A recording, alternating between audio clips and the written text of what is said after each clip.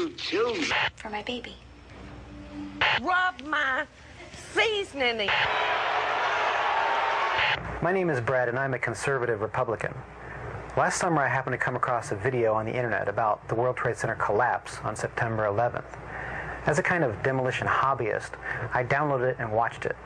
The title was Painful Deceptions by a guy called Eric Hufschmidt. The video made me angry. I was determined to prove the maker of this video wrong. I purchased DVDs about 9/11 from CBS and PBS Nova, including one made by the Naudet brothers. These were considered the official videos. And after watching them carefully and researching thousands of websites and archives on the internet, literally not sleeping for an entire week, I realized that the official story, not Eric Hufschmidt's Painful Deceptions, was unprovable, unsubstantiated, absolutely wrong.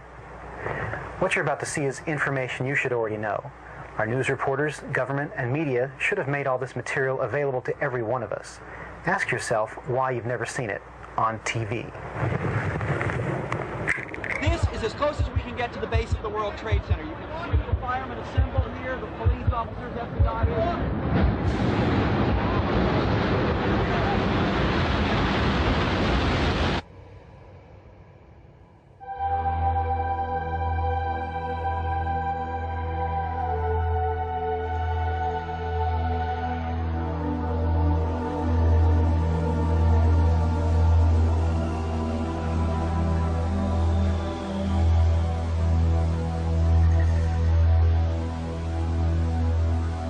On September 11th, we learned that 4 passenger planes were hijacked and taken radically off course.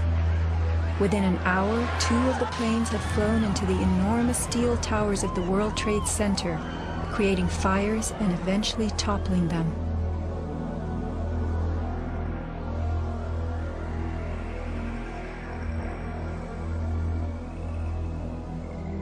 Dazed by the news, the American public soon believed the fires in the towers had burned so hot they caused the steel frames of the buildings to give way.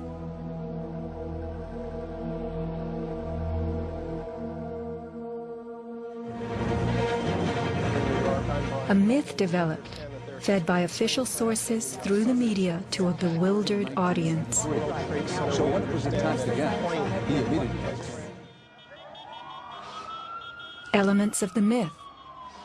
The impact of the airplanes, gallons of burning jet fuel, steel melting, the buildings failing and suddenly imploding.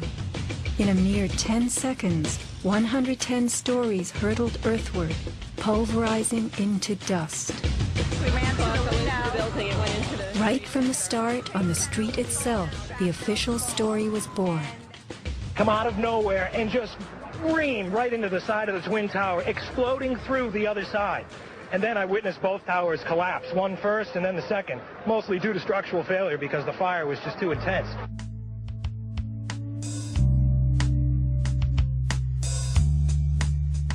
The myth bled into the FEMA report and was echoed by the experts. It was the combination of the impact load doing great damage to the building, followed by the fire, that caused collapse.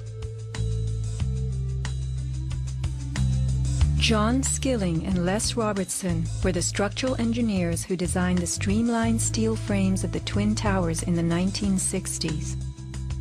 Because a wayward Army bomber flew into the Empire State Building in 1945, the towers were built with skyscraper crashes in mind. The airplane we were envisioning was the largest airplane of its time, flying slowly and low, lost in the fog. We designed the buildings to take the impact of the Boeing 707 hitting the building at any location. But the aircraft that hit the towers was a Boeing 767, heavier than a 707, fueled for a transcontinental flight, and traveling fast. 707s and 767s are comparable. The maximum takeoff weight of a fully loaded 707 is almost 334,000 pounds, As airplanes only carry the fuel load they need, the smaller Model 767s that struck the towers were not, in actuality, maximally fueled or close to their maximum takeoff weight. As for the heat of the fires, listen to the radio communications of these New York City firemen. We got police. I saw the pockets of fire. We should never knock it down too light. They know that. 78th floor. We got police. I saw the pockets of fire. We got police. Isolated pockets of fire. 2 water lines to knock them down. FEMA's executive summary relays that much of the fuel in the planes, jet-grade kerosene, was consumed by the initial fireballs and the following few minutes of fire. It then tells us that the burning jet fuel spread between floors and ignited the building's contents, causing more fire and generating heat. This was somehow enough to bring down the tower's 47-column steel core, 236 exterior columns, and thousands of steel trusses all at the same time. Watch the tower smoking in the aftermath of the plane strikes. If you have ever tried to light a wood fire, you will know that smoking logs tell you the fire is not burning successfully. Smoke is the sign of an oxygen-starved fire. The Twin Towers stood for over an hour, smoldering but not flaming. During that time, thousands of people were evacuated by way of the stairwells. Others, trapped by debris, stood in the smoke-filled windows and signaled for help. In fact, the towers did what they were built to do. The building was designed to have a fully loaded 707 crash into it. That was the largest plane at the time. I believe that the building probably could sustain multiple impacts of jetliners because this structure is like the mosquito netting on your screen door, this intense grid, and the jet plane is just a pencil puncturing that screen netting. It really does nothing to the screen netting. The towers were built to withstand 140-mile-an-hour gusts produced by winter storms. Anyone in them on a windy day could feel them swaying. The single impact of a jetliner was no more of a blow than the continued battering of a hurricane. I was just putting my stuff away, and all of a sudden we heard a loud crash, and the building started shaking, kind of moving like a wave. New Yorkers were stunned 1 hour later when the first tower fell. To the best of my knowledge, the considerations of the fuel in the airplane in terms of an explosion or a great fire was not considered. Now, we were not responsible for that aspect of the design. Imagine building expressly for airplane impact, but never thinking of the fuel.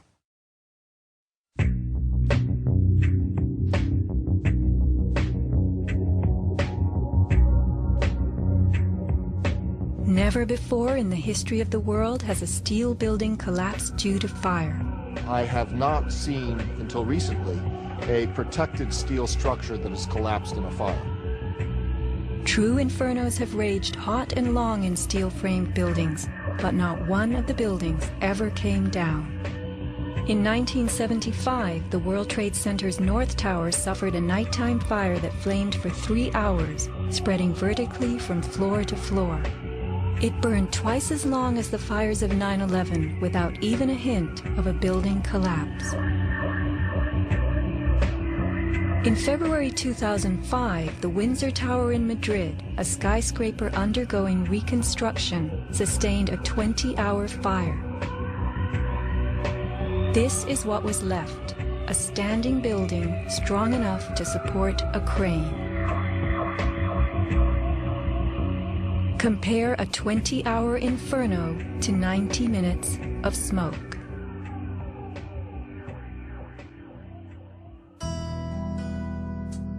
Why are buildings made of steel?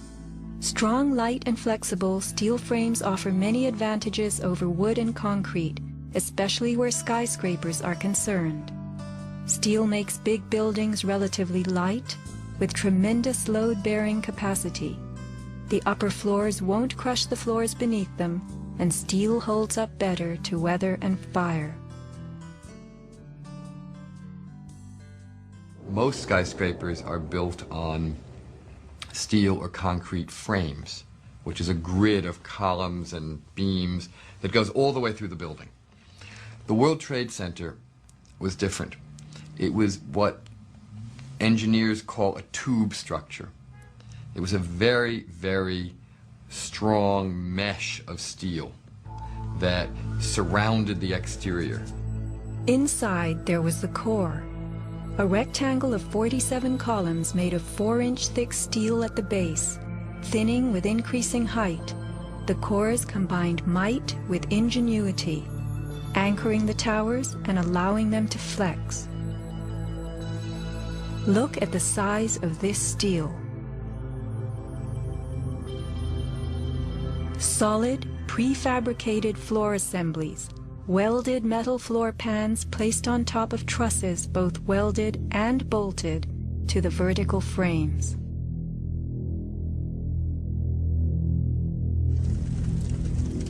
The story we were told. This rock-like steel grid gave way because fire warped the trusses, causing the bolts to fail. As the trusses sagged and fell, the floors dropped with them.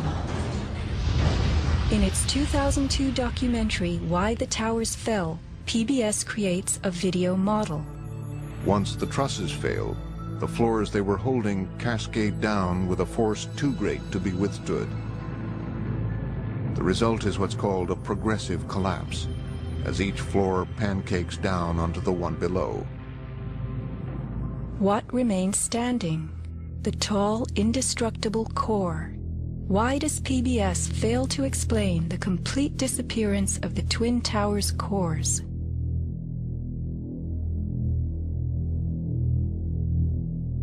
The official story's central thesis is based on heat, temperatures high enough to weaken steel. But people in the towers did not report such heat. Think about it. Neither steel, concrete, nor glass can burn. So what in those buildings could have burned to make such heat? How do these firefighters describe the collapse of the North Tower? We started running, floor by floor, it started popping out. It was if they had detonated. Yeah, as if they were planning to take down a building. Boom, boom, boom, boom, boom, boom, boom. All the way down. I was watching it and running. And others give similar descriptions. At 10:30, I tried to leave the building, but as soon as I got outside, I heard a second explosion and another rumble and more smoke and more dust. And then a fire marshal came in and said we had to leave because if there was a third explosion, this building might not last. Like, it sounded like gunfire, you know, bang, bang, bang, bang, bang, and then all of a sudden, 3 big explosions. Started walking down the stairs, we made it to the 8th floor. Big explosion. Blew us back into the 8th floor. Do you know if it was an explosion or if it was a building collapse? To me, it sounded like an explosion, but it was a huge explosion. Chief Albert Turry told me that he was here after the events that took place this morning. He tried to get his men out as quickly as he could, but he said that there was another explosion which took place. And then an hour after, there was another explosion in one of the towers here. So according to his theory, he thinks that there were actually devices that were planted in the building. Reports of bombs in the buildings, explosions. A CBS reporter to Dan Rather. But I was coming toward the World Trade Center looking for CBS crews and asked a firefighter if he saw any. All of a sudden, there was a roll, an explosion, and we could see coming at us a ball of flame stories high. Listen to the sound of a large explosion right before the South Tower begins to fall. This is as close as we can get to the base of the World Trade Center. You can see the firemen assemble here, the police officers, FBI.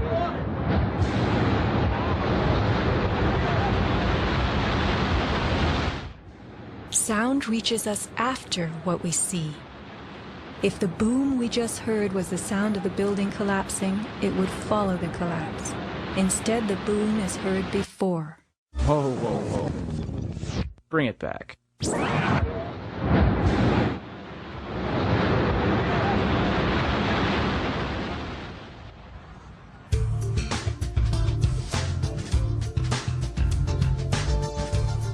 Let's consider the characteristics of steel. Steel is an alloy of iron containing added carbon for flexibility, workability, and strength. In the days of old, blacksmiths heated iron till it was red and pounded it for hours to form it. Horseshoes, knife blades, and plowshares were typical creations. Steel was introduced in the mid-1800s, and by the end of the century, with the advent of the blast furnace, found widespread commercial use. A blast furnace is known as a controlled environment. High temperatures are reached as oxygen is pumped into a closed space. How and when does steel melt? Steel melts at temperatures of 2750 degrees Fahrenheit and above, attained only in a blast furnace or when a powerful incendiary such as thermite is used. Steel or any substance that is burned will never become hotter than the temperature of the fire or heat applied to it. An open-air hydrocarbon fire reaches a maximal temperature of some 1200 degrees Fahrenheit in a dirty or uncontrolled burn, characterized by red-orange flames. Red-orange flames are what we saw on September 11th. Even the fireball caused by the plane strike was red-orange.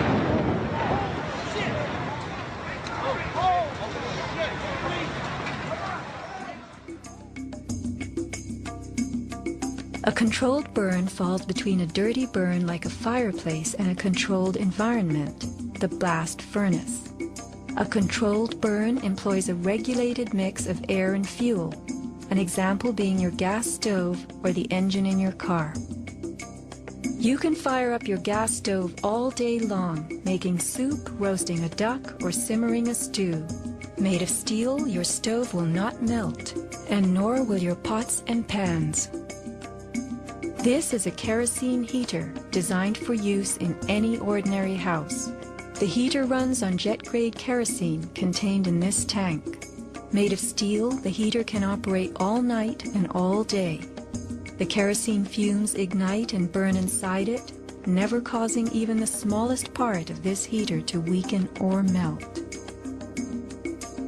Yet we were led to believe that these tremendous buildings, framed in steel and surfaced in aluminum, totally collapsed from small scattered fires and 90 minutes of smoke. Take note of these hurtling beams, thrown laterally outward as the tower comes to earth. Would fire have the strength to eject such huge hunks of metal? MIT engineering professor Thomas Eager's 2001 paper is officially considered the academic standard for explaining the World Trade Center collapses. In it, he tells us that steel loses half its strength at 650 degrees Celsius, and that the fires that day did not get much hotter than this. He stresses, however, that the fires did not burn evenly. It was the uneven temperatures that caused the steel to deform and some of the floors to fail. These falling floors brought down the whole building. While it was impossible for the fuel-rich diffuse flame fire to burn at a temperature high enough to melt the steel, its quick ignition and intense heat caused the steel to lose at least half its strength and to deform, causing buckling or crippling. This weakening and deformation caused a few floors to fall, while the weight of the stories above them crushed the floors below, initiating a domino collapse. In plain language, straight from MIT.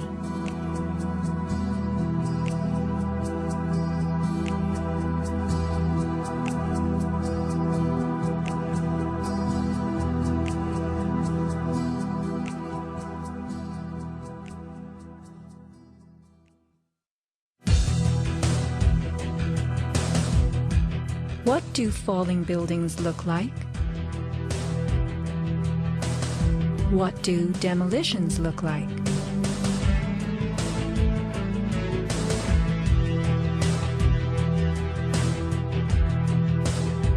We are seeing typical implosions, characterized by gutting a building's base and then pulling it into itself. Computer-controlled sequencing fires the explosives in a rapid wave. Notice the jets of shooting concrete, the flashes, the pops, the caving of the buildings as they fall into their footprint, the tremendous, billowing clouds of dust.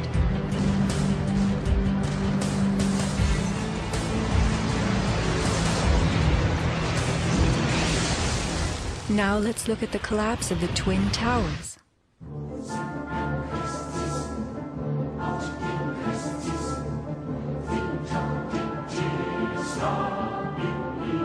We are seeing explosions rather than implosions, a first in demolition history. A sequenced rumble becomes a roar as debris is thrown outward. The damage is not contained. Even the windows are blown from neighborhood buildings. What kind of energy enabled this? Would fire hurl metal and concrete sideways into the air? Here, a 600,000-pound chunk of steel, twice the weight of a Boeing airliner, was flung 400 feet, wedging itself deep into 3 World Financial Center on Vesey Street.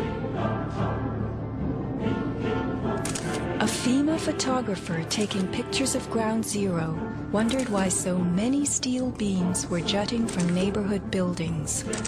Watt shot pieces of the towers all the way across the street.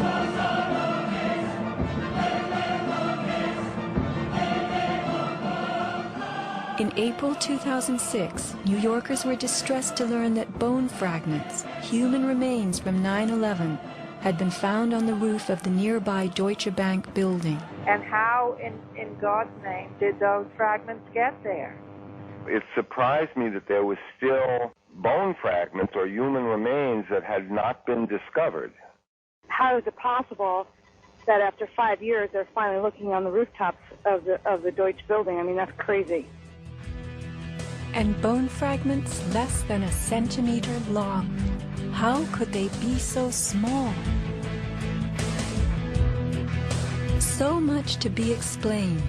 Why did the South Tower fall first when it was the second tower to be hit? Watch the top of Tower 2 leaning outward, about to topple. Then, suddenly, it disintegrates in midair.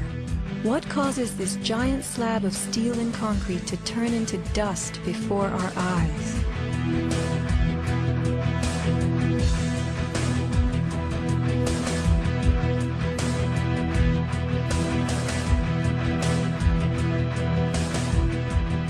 Watch both buildings collapsing straight down, directly into the path of most resistance, which is all the floors and all the mass of the building itself.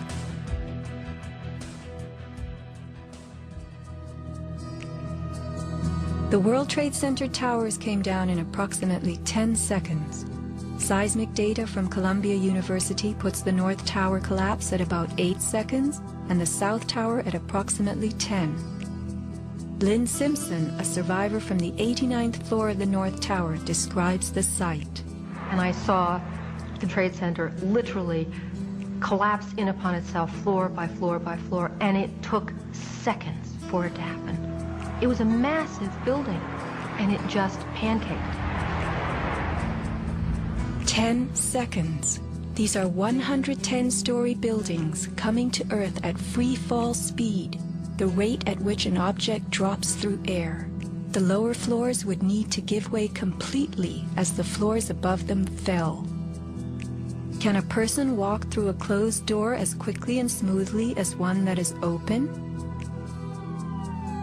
A 10-second collapse means the upper floors encountered no resistance from the undamaged floors beneath them.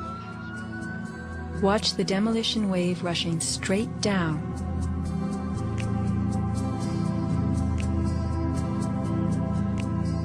Here the South Tower is half its original height, but wreckage from the upper collapse has not yet fallen this far. We are watching a demolition moving faster than gravity itself, a building bursting into powder from top to bottom.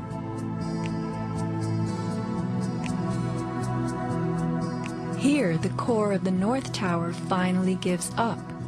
700 remaining feet of giant steel columns, among the strongest ever erected. What force acts upon the core to make it all of a sudden disappear? Eric Hufschmidt, author of the book Painful Questions, is a metal-cutting software engineer. The floors of the World Trade Center towers were on three-dimensional mesh of steel beams. You have to keep in mind now the floor is about an acre in size. There are thousands of joints all over it. In order for the floor to fall down, thousands of joints would have to break simultaneously. And then if you look at the speed at which this came down, less than 10 seconds, you blink your eye and thousands of joints just pop somehow. The only way you can explain that is with explosives. They had to have had explosives placed all over the floors at the primary joints. And then that would explain how all of the joints broke at such a rapid rate. The debris was crashing from one floor to the next.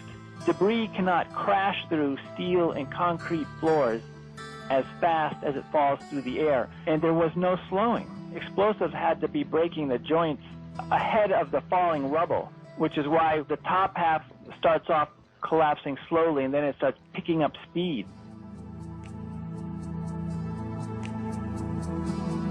This is a pancake collapse. Why don't we see piles of floors at ground zero?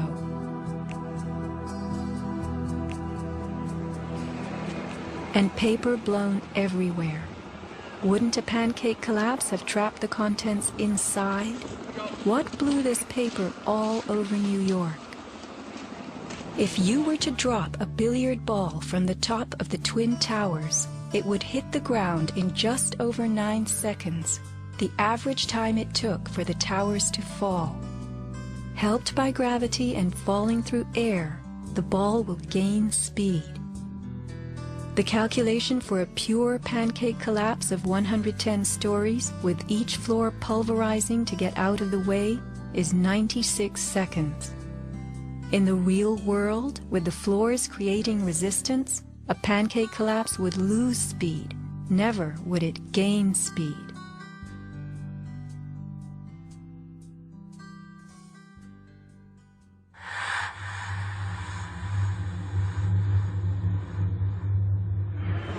The airplane struck the towers high above the ground. But down in the lobby of the North Tower, marble facing flew off the walls. The windows shattered, all the glass blown out. Right away, a guy from the Port Authority told him the damage was somewhere above the 78th floor. But all you had to do was look around. It was obvious. Something had happened right there in the lobby. You just saw that all the windows were blown out. The lobby looked like the plane hit the lobby. Like the plane hit the lobby. What caused so much wreckage in the lobby? William Rodriguez, a maintenance employee at the World Trade Center and the last human being to exit the towers alive, describes a giant blast below his building. And all of a sudden we heard an explosion. It was a huge explosion that came from under my feet, meaning that it came from the sub-levels between B2 and B3. And then there was a huge explosion at the top of the building. You could hear the difference from the bottom and all the way through the top. The one from the top, which was actually seconds after, was heard very far away. The one at the basement was pretty loud, and you felt your actual feet moving with the floor. The tremor that is sent through the floors, that the walls cracked and the false ceiling totally collapsed. And that's when a person named Felipe David came running into our office saying, "Explosion, explosion, explosion." And when I saw him, he has all his skin pulled from under his armpits and missing pieces on his face. An explosion deep down in the tower before the plane crash 95 floors above. Others lived to report enormous explosions below the towers. Construction worker Philip Morelli was in North Tower's sub-basement 4 at the time of the first plane strike. I go downstairs, the foreman tells me to go to remove the containers. As I'm walking by the main freight car of the building, in the corridor, that's when I got blown. I mean, the impact of the explosion, of whatever happened, it threw me to the floor, and that's when everything started happening. Blown to the floor. Let's hear what happened next. I was racing, I was going towards the bathroom. All of a sudden, I opened the door, I didn't know it was a bathroom, and all of a sudden a big impact happened again. And all the ceiling tile was falling down, the light fixtures were falling, swinging out of the ceiling. And I come running out the door, and everything, the walls were down, and now I started running towards the parking lots. There was a lot of smoke down there, there was a lot of people screaming. People came with us running up the ramps. Philip then ran underground to the South Tower. You know, you got to go clear across the whole from 1 to 2 World Trade Center. You know what I mean? That's the way you got to run. And then all of a sudden it happened all over again. Something else hit us to the floor. Right in the basement, you felt it. Walls were caving in, everything that was going on. I mean, I know of people that got killed in the basement. I know of people that got broken legs in the basement. People that got reconstructive surgery because the walls hit them in the face. Engineer Mike Pecoraro in the 6th sub-basement found the parking garage and machine shop reduced to rubble.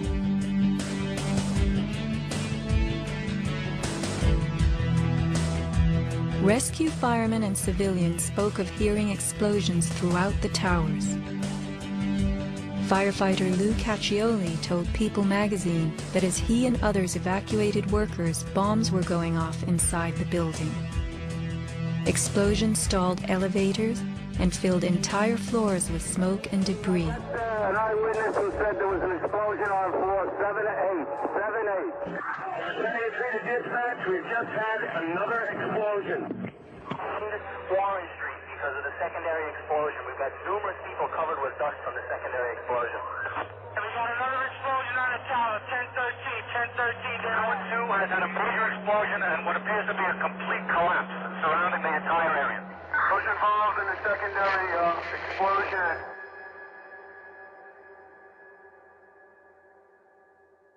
William Rodriguez, helping the firefighters, reports blasts within the North Tower well before it fell.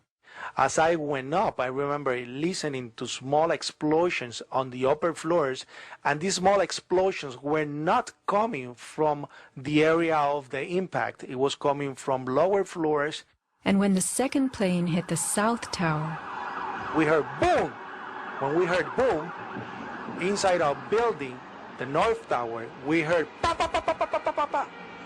And on the security radio, we heard, we lost 65, meaning the 65th floor collapsed.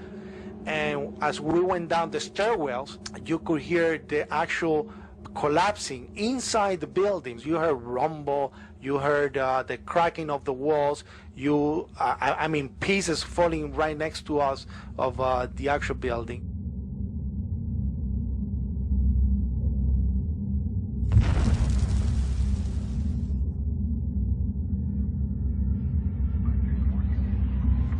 What happened at the base of the towers just before they came down? Smoke appeared at street level.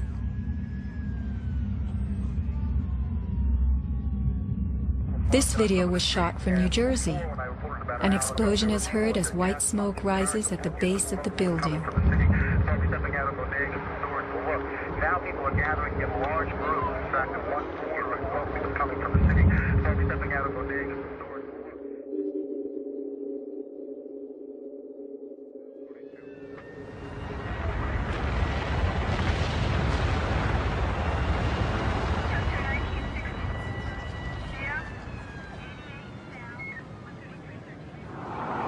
Watch the camera shake on its tripod as a large energy source rocks the ground. 9 seconds later, the North Tower falls. I heard like an explosion and then a cracking type of noise. And then it sounded like a freight train, rumbling and picking up speed. I looked up and I saw it coming down. As I came out of the North Tower, everything started trembling under my feet like an earthquake. The only thing I saw was a fire truck. I ran towards the fire truck and slid right under, when the building started to collapse right on top of the fire truck.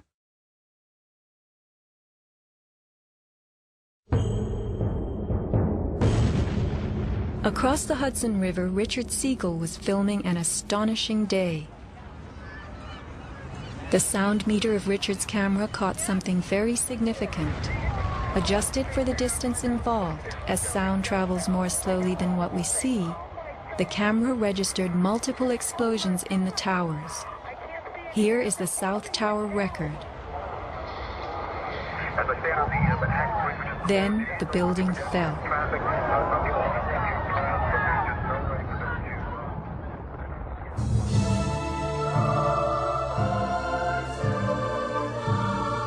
Let's look carefully at the collapse itself. Notice the puffs of concrete issuing from the sides of the building well ahead of the collapse wave. Called squibs in demolition language, these are actual explosives, charges firing visibly through the exterior as gravity pulls the building down.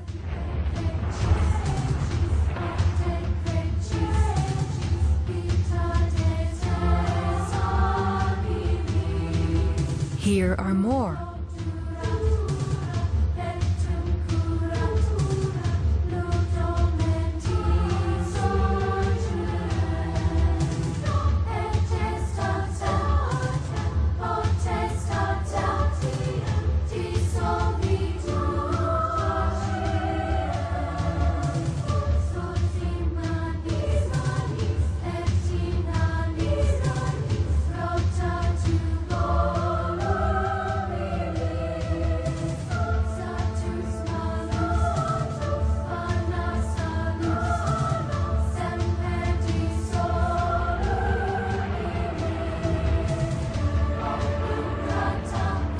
Shattering from the top, engulfed by banana peel plumes, these were no ordinary implosions.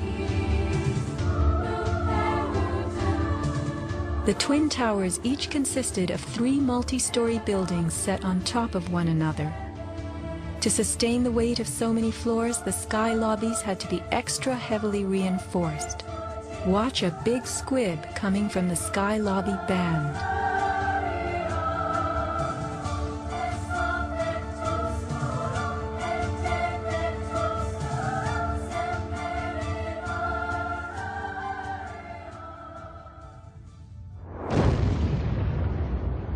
A powerful blast produces what is called a shock wave. Explosions generate extremely high compressional waves that exceed the limits of surrounding air and space, creating a violent force. When the debris started coming down, I was right in the shadow of the South Tower. I was less than 100 yards away. Everybody saw the video over and over again of that cloud chasing people down the street. It was like a tornado. It was like being hit by a wave at the beach, but the wave was intense, it was hot, it was noisy. It was like getting hit in the back by gravel, blocks, like somebody had picked up handfuls of rocks and was just throwing them at you. And the noise kept coming and coming, and one second I was running, and the next second I was flying. I was just, I had no control over my feet, no choice as to what direction I was going. I was in the air, and it seemed like I was being followed by this tornado of darkness. The South Tower fell first. This is the shockwave blast as it rocks the tower next door.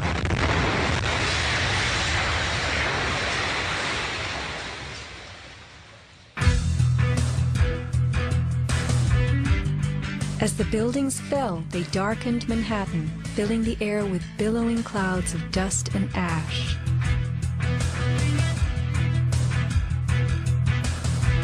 What produces these huge, scudding, cauliflower-like masses of slowly moving dust? True, a 110-story building has just been reduced to 1 million tons of rubble. But is there anything in our experience we can compare it to? A volcano.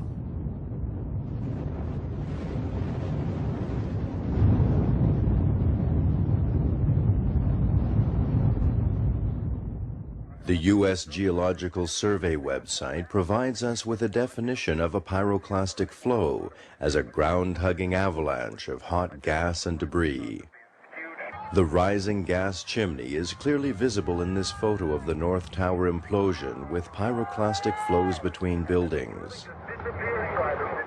The cauliflower shape of the debris clouds is a telltale sign of pyroclastic flows generated by massive explosions typical of volcanic eruptions and controlled demolitions. That is the second building that has gone down. A pyroclastic surge can even flow over water as hot gases carry dust created by explosive energy. Here, the South Tower implosion creates a pyroclastic surge moving out over the Hudson River. A volcanic eruption produces exactly the same thick, scudding ash, heavy with debris, hugging the ground as it flows out from a tremendous internal explosion.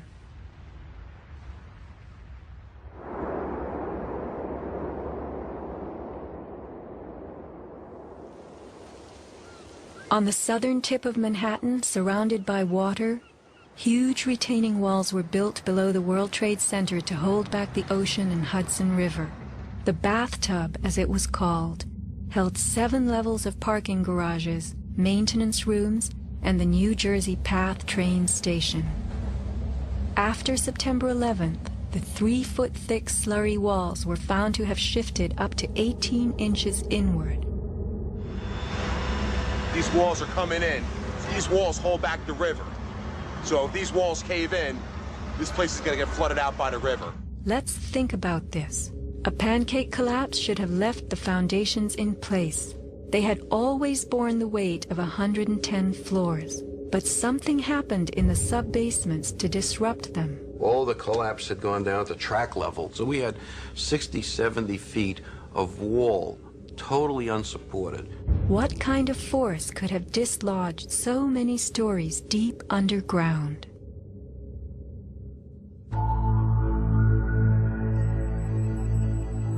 The pile itself seemed to have a life of its own. It spewed fire when we dug into it. The ground continued to burn. Les Robertson publicly reported that 3 weeks after the collapse, live fires burned and molten metal still flowed underground. You see how this debris is still smoking? That's from the fires that are still burning. 8 weeks later, we still got fires burning. Steel-toed boots is one of the biggest things. Out still on the rubble, it's still, I believe, 1,100 degrees. The guy's boots just melt within a few hours. In November 2005, physics professor Stephen Jones of Brigham Young University published a 25-page treatise on the collapse of the Twin Towers and Building 7, applying the laws of physics to the official story. From an interview on MSNBC. As we read in the FEMA report, it says here, and I put this in my paper, of course, the best hypothesis, which is the only one they looked at, the fire, has only a low probability of occurrence. Further investigation, analyses are needed to resolve this issue, and Professor, I agree with that. I am sorry that we are out of time, and I'm not sure that... Whoa. You've one other thing I want to mention about... Okay, if you can hit it, okay, with it quickly. all right.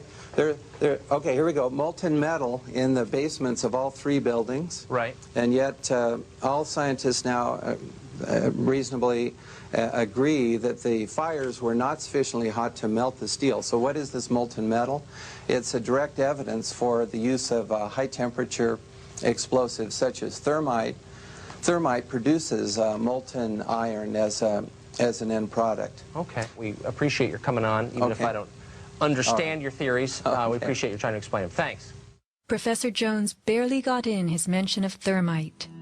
An incendiary used by the military, thermite is a compound of iron oxide and aluminum, which when ignited sustains an extreme heat reaction, creating molten iron.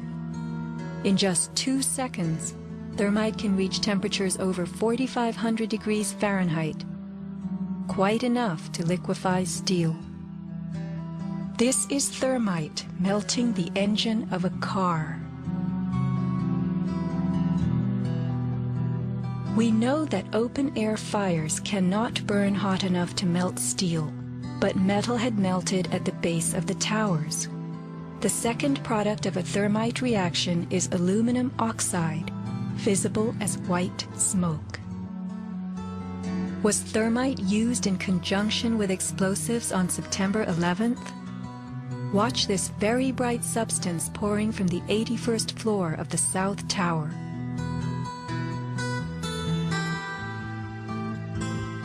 And white smoke appeared at the base of the building. Would this be aluminum oxide, the byproduct of a thermite reaction? Appendix C of the FEMA report describes sulfur